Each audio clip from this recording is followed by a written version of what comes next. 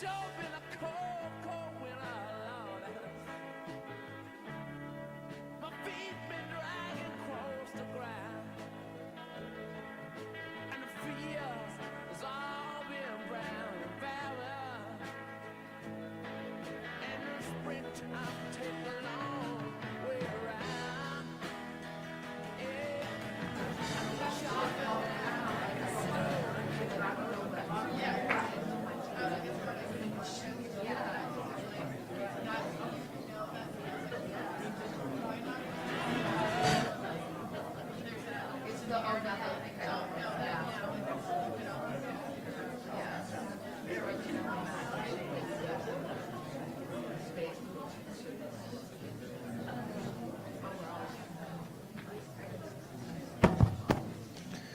Check, mic check, 1, 2, 3, 4, camera, microphone check, 1, 2, 3, 4. Just give me a thumbs up when you're all set.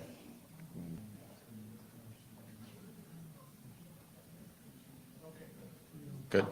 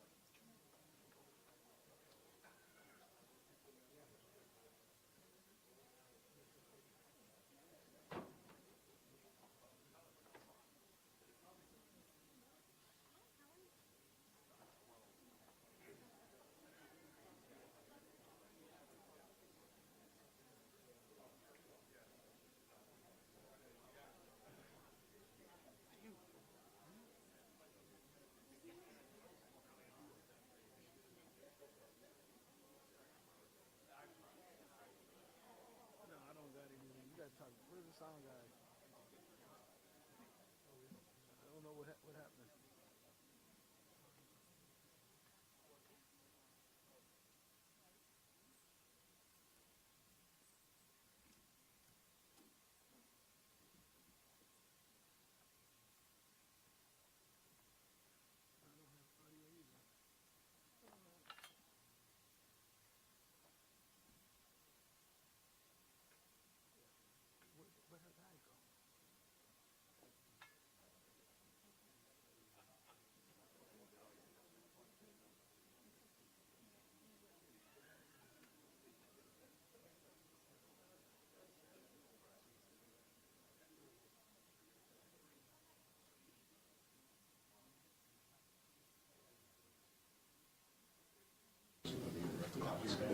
You'll get mine if you go to the office.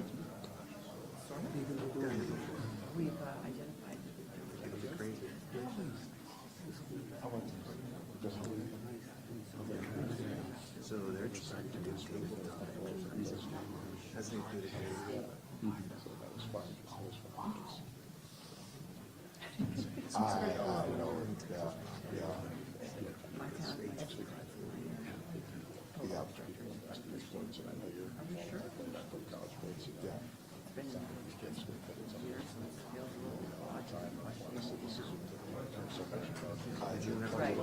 It is. What? Yeah, that's right. That's right. That's right. That was such a big goal too.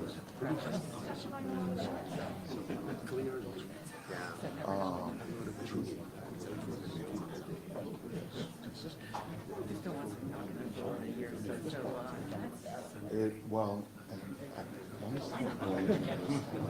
Come back here. Hello, how are you? Blythe Robinson, acting town manager. well, yeah, that too. We should catch up. Okay. How are you? Okay, great. Well, good morning, everyone. Good morning. Blythe here, the town manager, who was going to review it. All right. Well, I think, are we all set to go, get underway? Yeah? Carissa? She's waiting. We're going to have Blythe. Yeah, we got you. You can step right up, Blythe. Okay. Go right ahead. Go for it? Yeah, you got it. This is your town. Good morning, everyone. I'm Blythe Robinson. I'm the acting town manager here in Bridgewater. On behalf of the town of Bridgewater, I'd like to extend a warm welcome to all of you today. It's an honor to have you all gathered here. My apologies about the cold weather. We're thrilled to host all of you here at Bridgewater State University, and we're excited to be a part of today's important announcement. The town of Bridgewater has been long committed to fostering innovation and supporting the growth of higher education, and we're proud to see that commitment reflected in today's announcement. The town highly values BSU as one of the state's incredible state universities. Bridgewater State is a benefit not only to the students that enroll here, but to our entire community. And if I was to try and list all the ways that that partnership has benefited us with the university, my remarks would go on quite long. I'm not going to do that, but just to say Bridgewater State and our state leaders exemplify the continued investment in our students and the community. We began today's program with a tour of the cyber range, a cutting-edge facility that plays a crucial role in preparing students for careers in cybersecurity, an area that's critical to the future of our valuable courses there, which is helping keep the town of Bridgewater safe. We look forward to hearing from our distinguished speakers. I know this is an announcement that will have lasting impact on our region and the students. And thank you again for being here. And it's now my honor to introduce the Governor of Massachusetts. Thank you. Thank you. Thank you, Town Manager Robinson, and to Council President Kevin Perry. We really appreciate the warm welcome to the great town of Bridgewater this morning. Doesn't matter how cold it is. And you're not, turns out none of us can control that. But look, we're here this morning alongside Bridgewater State President Fred Clark. We thank you, Fred, to you and the team for everything that you do. And we're here, we believe, in the right place to make a really important announcement. This is an announcement that is about you guys, students. You're the future of our state. You're also the now, okay? We want you to know that. Also, what we're announcing today is going to help a whole host of people. It's going to help your families, it's going to help your parents, it's going to help our workforce and our employers, it's going to help our worker state, and it's going to allow us to make the kind of investments that will make Massachusetts more competitive, to continue Massachusetts' leadership on so many fronts. We just came from a super cool cyber range that has been stood up here at Bridgewater State.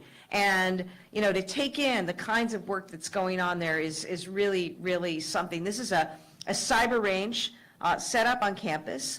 We visited it today because part of what we're talking about, the announcement of capital, okay, the announcement of money that is going to go build stuff, like the construction of this cyber range, it's important for us to be able to see it, to take it in, to talk about it, because we came from a classroom where students are learning real-time skills for cybersecurity degrees. We also learned today it's not just Bridgewater State students, though we love the Bears. It's actually students coming from our regional high schools as well, who are able to come and take advantage of that training. It's also a classroom where our cities and towns come to learn how they can better tighten things for a more secure environment. And it's a place where companies actually come to train on how to better prevent cyber attacks and ensure greater resilience and security within their own systems. So, you know, we make announcements, and we're making an important announcement today about what we're calling a higher education bond bill. I want you to understand why it matters, what's behind it all, okay? And that is my attempt to encapsulate as quickly as possible what's happening here. I'm delighted to be joined today by our fabulous Lieutenant Governor, Kim Driscoll, our Secretary of A&F, Matt Gorkowitz, our Secretary of Education, Pat Tutwiler, Commissioner of Higher Education, Noe Ortega, Commissioner of DCAM, which is basically the entity that controls a lot of the construction that we do, public construction in the state, and Commissioner Adam Backey is here. Chairman Chris Gabrielli of the Board of Higher Ed is here. We're also delighted to be joined by a number of other elected officials. We have Chair Mike Rodricks. Thanks, Mike, for being here with us today and for all your support for all things higher ed. Senator Bill Driscoll, Representative Dennis Gallagher, Governor's Counselor Tamisha Civil, and members of the Higher Education Capital Working Group. Vincent Pedone, Massachusetts State University's Council of Presidents, President Bill Mitchell, Massasoit Community College, DCAM Deputy Commissioner Peter Brigham, DCAM Deputy Director of Planning Sarah Felton. We also have our Undersecretary of A&F, Mark Fine, with us as well. We've got state college and university leaders, because while we're here on the great campus of Bridgewater State, the announcement that we're making today is going to help and support all of our campuses, both through the University of Massachusetts system and also through our other wonderful state colleges and universities. So Chancellor Marcelo Suarez Orozco from UMass Boston, Chancellor Mark Fuller, UMass Dartmouth, President John Cox, Cape Cod Community College, President Ellen Kennedy, Berkshire Community College, President Phil Sisson, Middlesex Community College, President Linda Thompson, Westfield State University, President Barry Maloney, Worcester State University, Rear Admiral Francis McDonald, Mass Maritime Academy, President Dave Podell, Mass Bay Community College. I mentioned that we just toured this great facility, the cybersecurity room, and you know, it's an example of what's possible when you make investments. What we're here to provide today is an opportunity for every student at every state university, every UMass campus, every community college in Massachusetts to have a better experience, an experience that's going to bring fulfillment and job satisfaction, career satisfaction. Also will make an impact and have a transformative impact on the economic landscape of our state. Last week, we announced a big investment in transportation. Did you catch that? $8 billion, that's with a B. That's big time investment in transportation. And it's about improving the MBTA, the commuter rail. It's also about improving our roads and bridges. And, look, when we came to this, there were so many things that for years, for decades, just hadn't been done. Investments hadn't been made. And there were any number of reasons why people kicked the can down the road. But we said, as long as we're here as a team, we're going to take a shot at it, okay? We're going to get after the thorny, the hard, the stuff that gets in the way, whether you're a homeowner or a resident here in Massachusetts or a business trying to make a go. We're going to take on the things. That's why we've leaned into and prioritized housing. Transportation, example of that. And I do want to acknowledge and appreciate our colleagues in the legislature, because over the last year, we were able to get some really big things done. And I look forward to more of this. I think this is my first bill out of the gate in this new session. But to me, it's a further example of the work that we've been doing, okay, in terms of investments and stuff that really matters to people's lives, the kinds of investments that we want to make. So today, what we're dealing with is the fact that a lot of our public universities and colleges haven't really been invested in a major way since the time many of them were built, which is before I was born, which is a pretty long time ago. And that's a problem that spanned probably most of our lifetimes here. It's just not the way to give our residents the education that they deserve. It's not the way to power this modern economy that we are in. So, as I said, we refuse to kick the can down the road when it comes to educating our young people and training our workforce for tomorrow. So we're filing this legislation to invest billions of dollars in our public higher education campuses. For our students, it's going to give you the cutting-edge education that you all need. For parents, it means you can send your kids to schools that are state-of-the-art and also affordable. For jobs, this is a jobs bill. This is a jobs bill. We estimate tens of thousands of jobs, great paying construction jobs, as a result of the build-outs that will occur in these facilities. And we're going to be using skilled union labor. My thanks to the Massachusetts Building Trades, to the AFL-CIO, and all of their members who are going to work to power us forward. And as a state, it's going to make us more competitive. I want to thank Jay Ash for the Mass Competitive Partnership. He's teamed up already with cybersecurity infrastructure to make sure that we are bringing the best that we can to the private sector. And it's a kind of public-private partnership that we really appreciate and want to leverage in the state. So what are we calling this? We're calling it the BRIGHT Act. An act, you're laughing? Yeah. You got to call it something. It's beautiful. It's a really beautiful name. The BRIGHT Act. An act to build resilient infrastructure to generate higher ed transformation, okay? Transformation. It's going to create labs that meet the needs of today, including life sciences, climate technology programming, web development, robotics and automation, advanced manufacturing, construction, and so forth. It's going to support health facilities, housing development, art spaces, and more. And it's also going to help us recruit our students who want to go to a place where they're going to get a world-class education at world-class facilities. Fundamentally, the BRIGHT Act is an investment in our future. It's the kind of investment that we need to make. Let me say something about our public schools, too. Our public colleges and universities, we've gone big as an administration in investment in education generally, K-12, okay, but also higher education. We know that our state university graduates, they stay in Massachusetts. They work and build careers and families in Massachusetts, and we want to support them.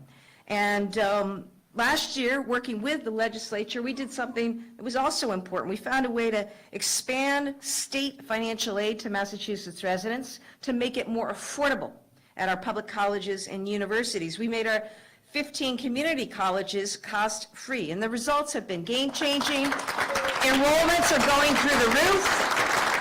And that's important because we're going to have a workforce that is all the more prepared, all the more trained, right, to fill what we need to fill for employment and competitive economic growth here in the state. So super pumped about all of this, and I'm going to bring forward the person who helps make it all work by making the math work, and he was also responsible for figuring out how we could, as a state, for the first time, leverage our excellent bond rating and secure greater access to capital to the tune of $8 billion for transportation. He's looked at what we can do here for financing and helped as the architect, one of the architects of our proposed BRIGHT Act, and the Secretary of A&F, Matt Gorkowitz.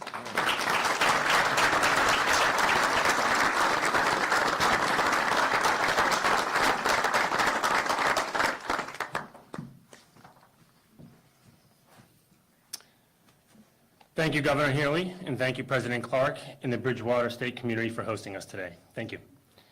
It's great to be with you here today for this exciting announcement. Massachusetts is home to the best education system in the country, thanks in large part to our public community colleges, our state universities, and our UMass system. And today, we're taking a major step forward to ensure that these institutions can continue to set the bar high for affordable, accessible public education. Our announcement today is informed by the work of the legislatively created Higher Education Capital Working Group, which began meeting last summer. The working group brought together state agencies, legislators, higher ed campuses, and other stakeholders, and I'm pleased that many of the members are able to join us here today, so thank you for being here. With a better understanding of the challenges facing higher education, the working group quantified the infrastructure needs, identified a new source of capital to support higher education transformation, and considered options for best deploying the resources to benefit students, institutions, our workforce, and the Commonwealth as a whole. Ultimately, the work of this legislative commission helped affirm the necessity of the plan we are putting forward today. With the higher education bond bill we're filing today, the BRIGHT Act, we're presenting an innovative and financially sound solution to the problem of unmet capital needs on our campuses. Under our plan, we will leverage fair share surtax revenues to expand the amount of available funds, unlocking new resources to address mounting deferred maintenance needs and for building modern new classrooms, upgrading and decarbonizing energy systems, and outfitting labs with cutting-edge technology. Since going into effect, for the first full year in 2024, the fair share surtax revenue has performed well, generating over $2.4 billion in FY24 for transportation and education, constitutionally dedicated to those purposes. Our forecast for similar collections in FY25 and 26. But our plan entails doing much more than just spending these fair share dollars. The Governor's House 1 budget, which we will file tomorrow, will recommend appropriating $125 million of fair share revenue annually to support the issuance of special obligation bonds, unlocking approximately $2.5 billion in new borrowing over the next 10 years.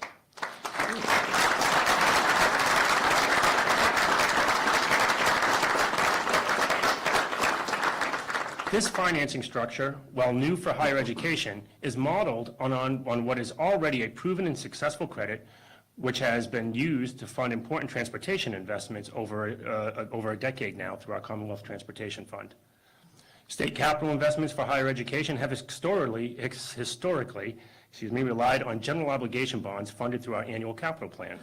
However, given the constraints of our capital plan, major capital projects for higher ed have not kept pace with the growing deferred maintenance needs and the goals of campus decarbonization plans. We have been losing ground on both fronts. So it's not an exaggeration to say that our proposal will mark a turning point for higher education in Massachusetts, ensuring we finally have dedicated resources at a scale large enough. I want to thank members of the working group for their dedication and guidance in their work over the past several months on the plan being put forward today.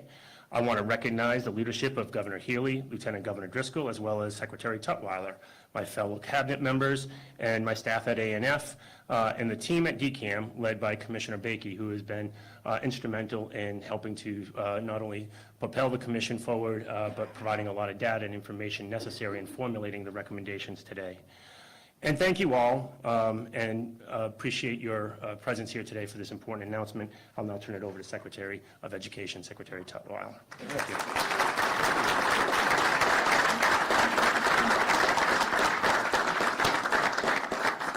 Well, now, good morning.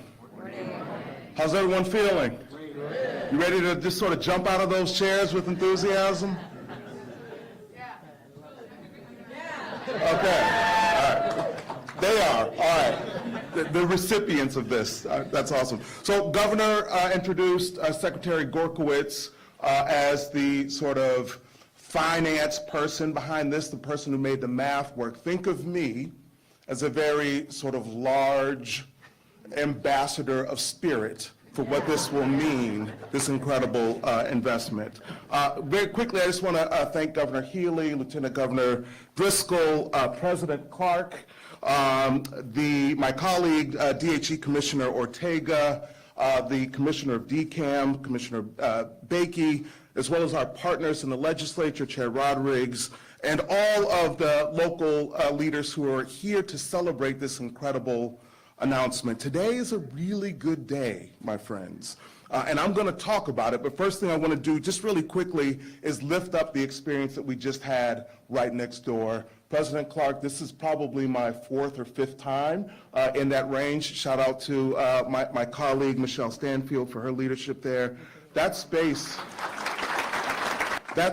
is just incredible, and we saw firsthand, both today and on previous visits, exactly what this will mean for the students who have the opportunity to experience. As we see it, we're preparing the next cadre of leaders who know how to respond to or prevent cyber attacks, and that's what this is all about here, what we're here to celebrate this morning. We're preparing students for high-demand careers that are needed today and in the future.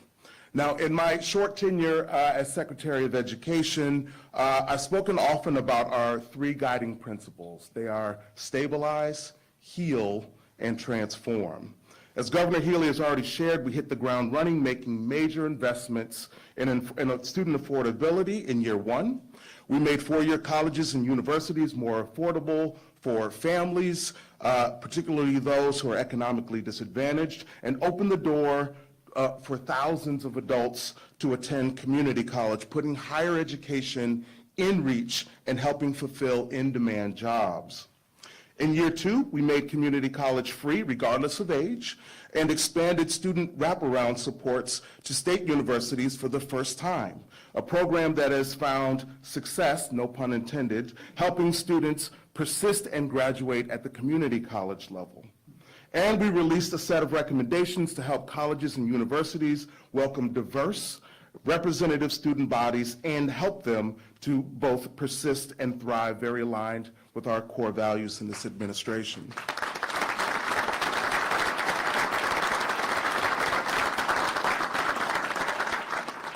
And in year three, the transformation continues. Not only do we want to support students with access to and persistence in higher education, but we want to make sure that what they're learning aligns with the jobs of today and the future, and that institutions have the resources to build a lot of time, which can promote or inhibit learning. The Bright Act investments announced today will enable students to learn in more modern, greener, safer, and innovative environments. This funding will go a long way toward transforming our higher ed campuses and facilities to ensure that Massachusetts remains the best place to pursue a 2- or 4-year degree. It will also help us make progress on our climate goals, which is essential for ensuring that students have secure futures. Across Massachusetts, we are known for our excellent public higher education. We're also known for excellent early education. We're also known for excellent pre-K through 12 education, just saying. But all of this drives innovation and strengthens our economy. If anyone, now there's a lot of cameras up there, zoom in on this face.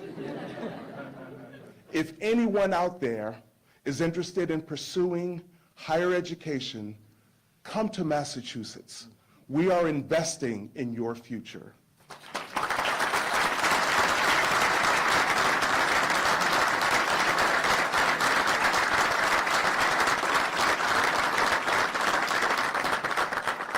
I want to end this morning with a very deep and heartfelt thank you to the educators who are in the room right now, who work closely and so brilliantly with students.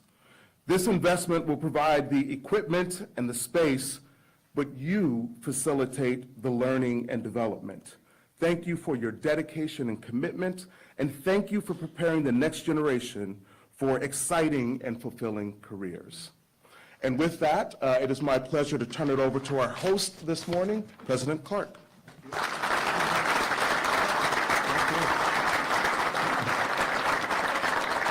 Thank you very much. Thank you. Governor Healey, we're so excited to have you at Bridgewater State University. Lieutenant Governor Driscoll, who is a parent of a Bridgewater graduate, I'm just saying. Yep. Secretary Tutwiler, Secretary Gorkowitz, Commissioner Ortega, Chair Gabrielli, Commissioner Bakey, Chair Rodricks, who's here, elected officials, our friend Jay Ash from the Mass Competitive Partnership, and colleagues from public higher education who are with us, and also from the town of Bridgewater. On behalf of our trustees who are in the room, our faculty, our staff, and most importantly, our 10,000 students, some of whom are visiting with us today, even though classes start tomorrow. By the way, this is a typical college class. Nobody sits in the front row, ever. We are truly honored you've chosen Bridgewater State University for this historic announcement. To all of you, welcome to BSU.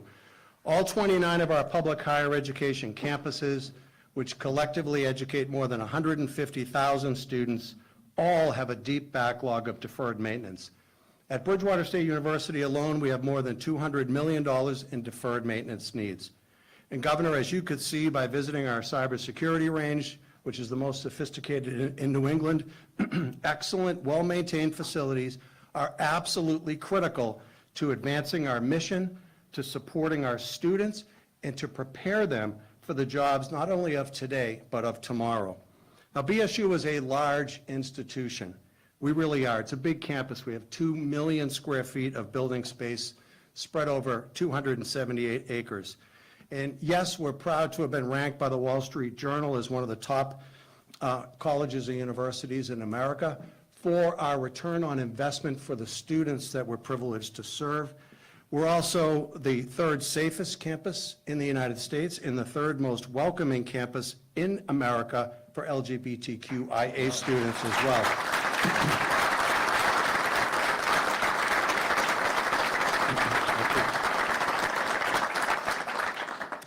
But even considering all of those accolades rolled up, what we're proud of more than anything else is that we are the most affordable pathway to a 4-year degree in New England.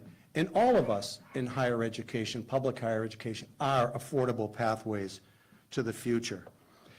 The commitment that we've been able to make in regards to affordability is made possible by the state government. Obviously by institutional funds, by private funds, by the federal government, but it's the state government that makes it happen. Affordability in public higher education is absolutely essential for our students, right? It's essential for our students. In this capital bond bill, I didn't know the name of it till now, the BRIGHT Act, it was between Bright and Bridgewater, they weren't sure. Yeah. It is absolutely essential to help us enhance affordability on our campuses. Now, at Bridgewater, I could be specific and talk about our ADA challenges or our 55-year-old HVAC systems or the need for tens of millions of dollars to decarbonize the campus or work necessary to maintain miles of roadways and sidewalks and thousands of parking spaces. But for all of us, the 29 of us that lead public higher ed and everyone who works there and studies there, the importance of deferred maintenance funding is all about keeping these campuses affordable for the students that we're privileged to serve. This campus and our buildings are owned by the state, after all, and the state must rise up to take care of what it owns. Frankly, I think it's wrong to expect students to pay for the upkeep of state buildings on our campuses. But for many, many years, our students have increasingly done exactly that. As our friend Chair Rodrick's reminded me this morning, he's been on campus all day, we won't let him go. Fair share funding, the millionaire's tax, it's been mentioned by the governor and by the secretaries.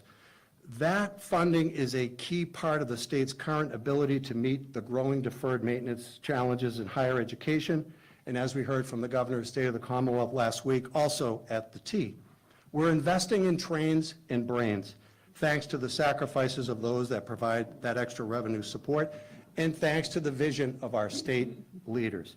And on that note, Governor Healey, I want to thank you and your very talented administration for making such historic commitments to public higher education. The return on the investments that you're making will absolutely transform the lives of our students and help to propel Massachusetts forward.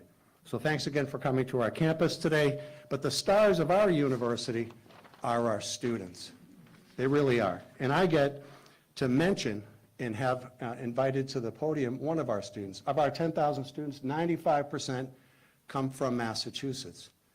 Our speaker in a second comes from Berkeley. Do I have that right, Tommy? Berkeley, Mass. Tommy began his journey at BSU as a freshman. He had an interest in technology and security. It took him about a nanosecond to get a job in our IT department, to take over the IT department, and to reach the highest levels of what a student employee can do on this campus. But his skills did not go unnoticed. His exceptional work caught the attention of Cyber Trust Massachusetts. Colleagues are here from Cyber Trust, where he collaborated with professional staff in the Security Operations Center, monitoring systems, conducting security assessments for local municipalities. He even won the prestigious Cyber Trust Capture the Flag competition. Now that's a game, but it's actually happening for real in the world right now. But even with his schedule, Tommy's been so kind in going back to high schools as a volunteer to try to inspire the next generation of cybersecurity professionals as well. This is his last semester. He's going to graduate at Bridgewater State at Gillette Stadium in a couple of months, and he's already secured a position at MITRE even before graduating. Ladies and gentlemen, Tommy Rose.